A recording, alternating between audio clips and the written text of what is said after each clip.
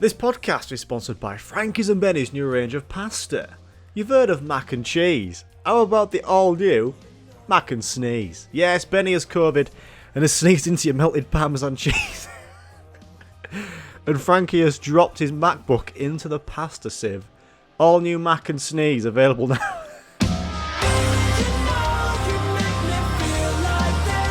Welcome to the Daft Lad podcast. I take no prisoners, just inmates, whatever that fucking means.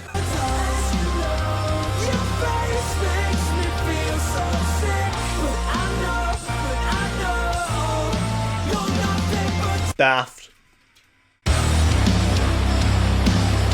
Welcome back everyone to the Daft Lad podcast. As you can tell, these episodes are coming out every 2 Fridays to make it last longer. Right, first things first, I'm going to make everyone listening at home, I'm going to make you do something. Alright? I'm going to make you do something. This is an interactive podcast. Right, here we go.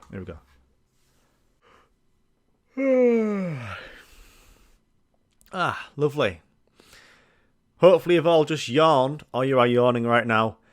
That's interactive podcast right there. That's the future. Whew. If you want to hear more of the Daft Lad podcast, I don't have a Patreon. I never will do. I don't need your money. I'd rather make you some Daft Lad podcast merch at some point, and that's it. You know what I mean? Maybe some Daft Lad deodorant. That'd be nice, wouldn't it? Ooh, maybe some perfume. The scent would be Lasagne by Daft Lad. Get that in your duty free. By the way, lasagna is just pasta cake. What does ATM stand for? At first guess, the initials ATM. Thick Morph. That's the first thought that came to my head. ATM. What does it even stand for? I'm going to Google this. So ATM stands for Automated Teller Machine. I never guessed that. Never got that. Stupid name that. You should change it to GMCP. Give me cash, prick. Fucking copyright nowadays. It's a right bitch. Copyright's everywhere. I bet if I went outside, recorded some ambience of life, right, upload it to YouTube, I'll get done. I'll get sent to prison. Copyright. Here's one for you. Do crabs think fish can fly? And do fish think crabs can't fly? Mindfuck that, innit? Really testing you today about lasagna, pasta cake, ATMs and fucking crabs and fish. Got a lovely Chinese at the weekend. Can't beat Chinese. And I told some people and everyone always says this to me, right? They go, "What do you get from a Chinese, Jimmy lad?" And I just reply with, just a default, mate. Curry and chips, standard. And their reply is like, what's curry? What's curry and chips? What kind of curry you on about? And then I'm like, just chicken curry. The normal. It's just standard chicken curry. And then their face, you should see their faces are like, you don't get that from a Chinese. What's a chicken curry? Just because you have a cultured palate and eat pigeon curry with a side of jalfrezi, fuck off. I am that rogue with Chinese. I don't like anything spicy. I've got the palate of a Victorian ghost, man. If I have anything with a hint of spice in, my lips start getting pins and needles in it. It's like I've just kissed a volcano or snogged Mount Doom. Oh, Lips and Needles though. What a great name for a shop, eh? And we won't sell lips and needles like most shops. They won't go after the name like Boots. Don't sell boots. In our shop, we'll sell trackies and handlebars or something. Yeah, that's a daft start to episode 6. Let's get some bangers and mash on, eh?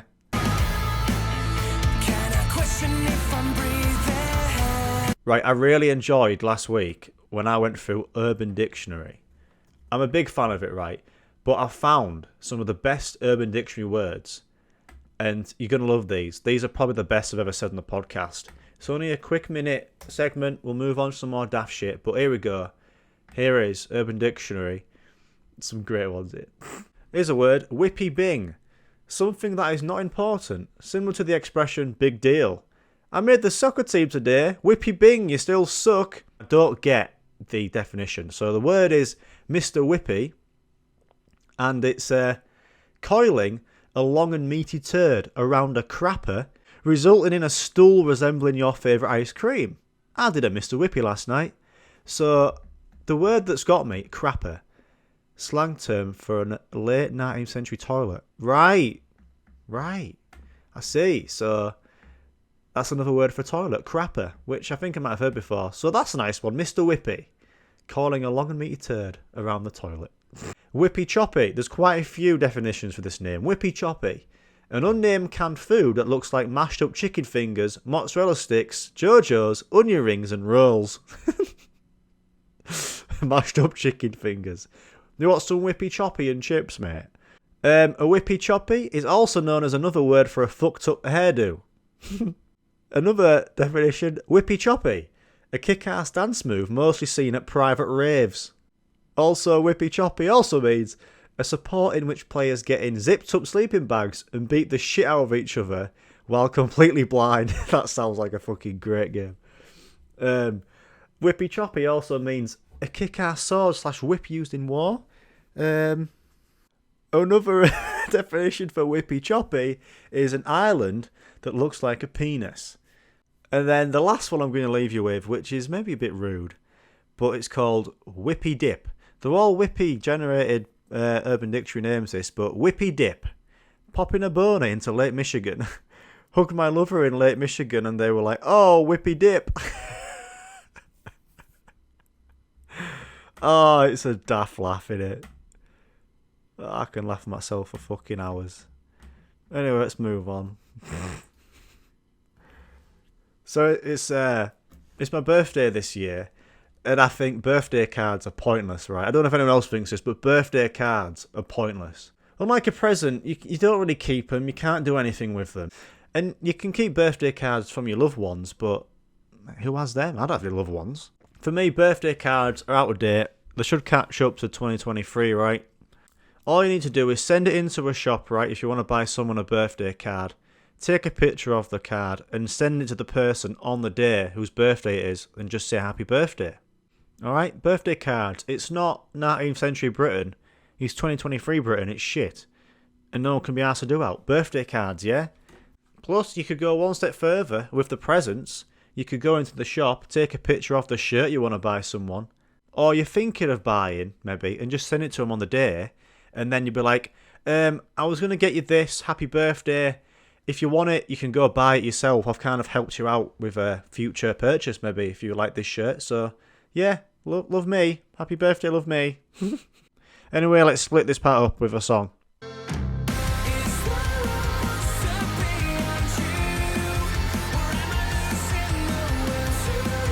Right, people, I'm going to be talking about the kind of people who eat certain desserts. You're all out there. Everyone who's listening, you're all out there. You all have a certain preferred dessert, and I'm going to call you out, okay? So here we go. If you choose sticky toffee pudding as a dessert, you are about 40 years old, got the mortgage pretty much paid off, and you've got a bang average kitchen. If you're eating a bowl of chocolate mousse for dessert, you've got stringy elbows and a lovely set of horse teeth.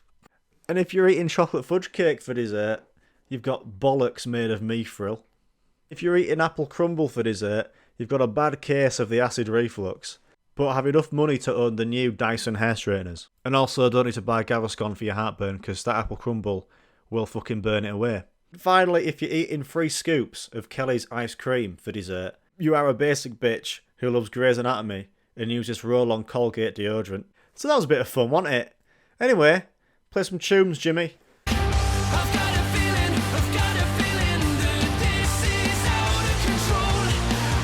So I was in a hotel the other year, probably, and you know those do not disturb signs on the doorknob?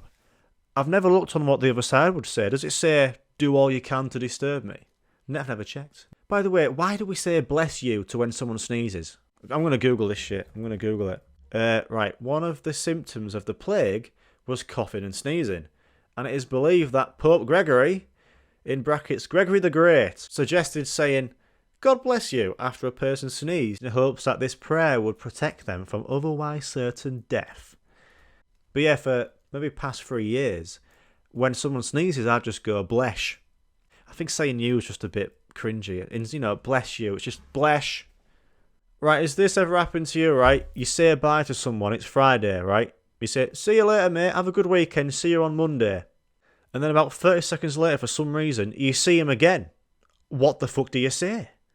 Do you go in with, see you again, make it a bit cringy, or do you go, hey up, bud, how you doing? Hi. You alright?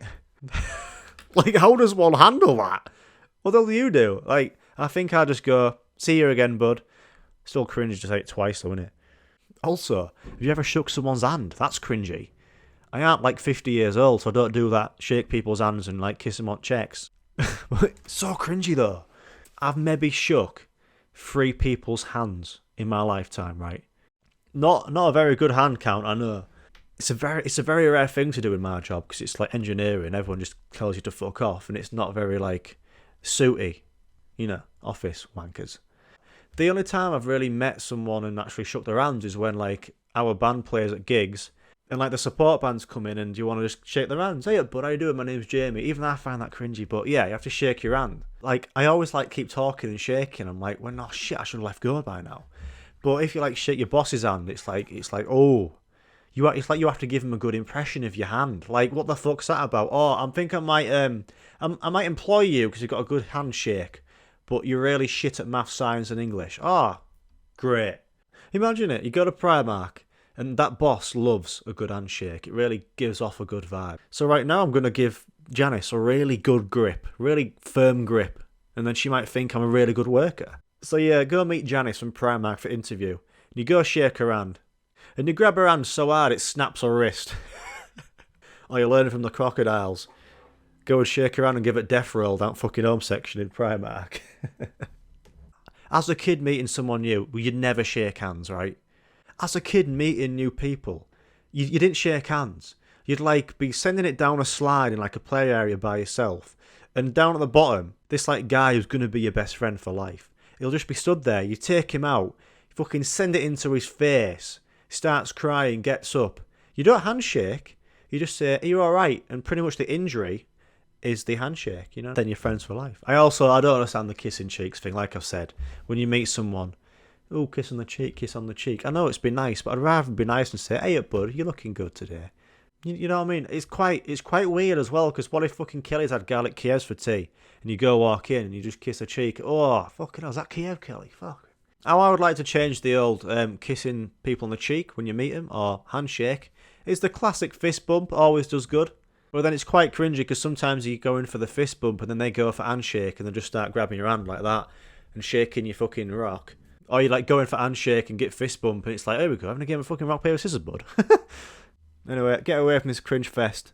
Let's have some tunes.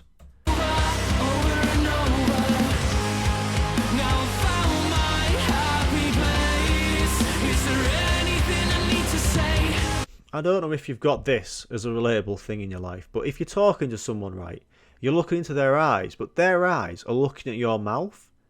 And for some reason, they know what I'm going to say. So they start mouthing me fucking words. And I'm like talking there, and I think, what the fuck are you doing? Stop copying me, you prick. Stop looking at me skull and look at me eyes. I overthink when I'm speaking to some people, because like, if they're looking me in the eye, and then I think, shit, they're actually looking into my eyes right now. This is awful. This is cringy. And then I'm like, right, I need to start looking somewhere else. And then you start like just looking to the side, but then you don't look too more to the side because you're like, they're going to think I'm rude.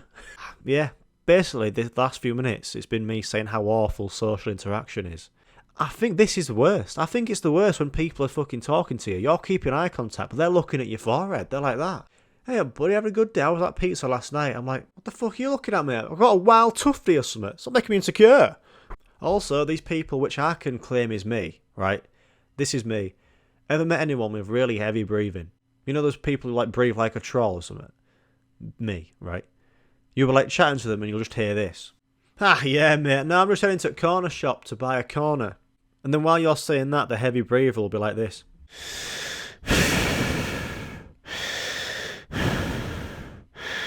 And this is what that sounds like, overlaid with you speaking. Ah, yeah, mate. No, I'm just heading to a corner shop to buy a corner. You know what I mean? You just hear it and you feel it. It's like gale force winds, man. Also, talking of breath, why do like people over the age of 50, their breath stinks of fucking cheese, man? It's awful, especially in school, teachers. God. Fucking breath smells like wood filler, man. What the hell they do? Wake up on a morning and just roll in fucking red Leicester and then hide cheese in the cheeks like a rat. Yeah, I went to go see Leeds v Arsenal. I'm not a Leeds or Arsenal fan. This was a few years ago. My mate's a Leeds fan. Went to Ellen Road. It was quite nice to go to a match and not feel nervous about who's going to win. And so this guy came and sat next to me. And he was really nice. He was talking to me like, oh, mate, what do you think the fucking score will be, mate? I was like, I think it could be 1-0. Arsenal won 4-0, like. He was like talking to me, and I thought in my head, Jesus fucking hell, John. You've been cooking a carbonara in there. Fucking stonks, mate. Also, this is more relatable social interaction, this, but you like it. This is always fun when you're speaking to someone, and you're really giving your all, but you can tell from their face they don't give a shit what you're saying, right? So you'll be chatting to them like, oh mate, have you seen this on the YouTube? That's a really funny video, this. And you just look at them and they're like on the phone, it's like, not even clocking yet. Then they say, mate, have you seen this? And then they'll look up and like, look back down. Like, it happens to me all the time. There's some people, which is, I don't know if they might have things going on, but they're always looking at the phone. I'm like, ah, mate. I like tell like the best joke. Oh, mate, that was fucking great, wasn't it? Mate, have you seen that? And then you're waiting there for them to like look up at you, but they're just there on the phone, just like that. And then you're like, mate, have you seen this? Have you seen this? And then they're like that. And then you're like, what the hell do I do now? And then I wait maybe a few minutes. I'm like, oh, mate, have you seen this? And they're like, oh, yeah, I've seen it. And you're like, oh, great. That was worth it, wasn't it? And if you haven't met anyone like that, that person is you. Banter. Daft laugh. Well, that was a good episode, wasn't it? That was fun. All relatable stuff. You can follow me on the Instagram at the Daft Lad Podcast, other social media stuff as well. Email funny stories or questions to the Daft Lad Podcast at gmail.com. Anyway, have a good few weeks. I'll see you in the next episode. I best get going. I've got a dilemma at the stables with my horse. I've got to go to Matalan to buy some super glue and some horseshoes. That's going to be fucking pricey. Anyway, see you next time. Bye.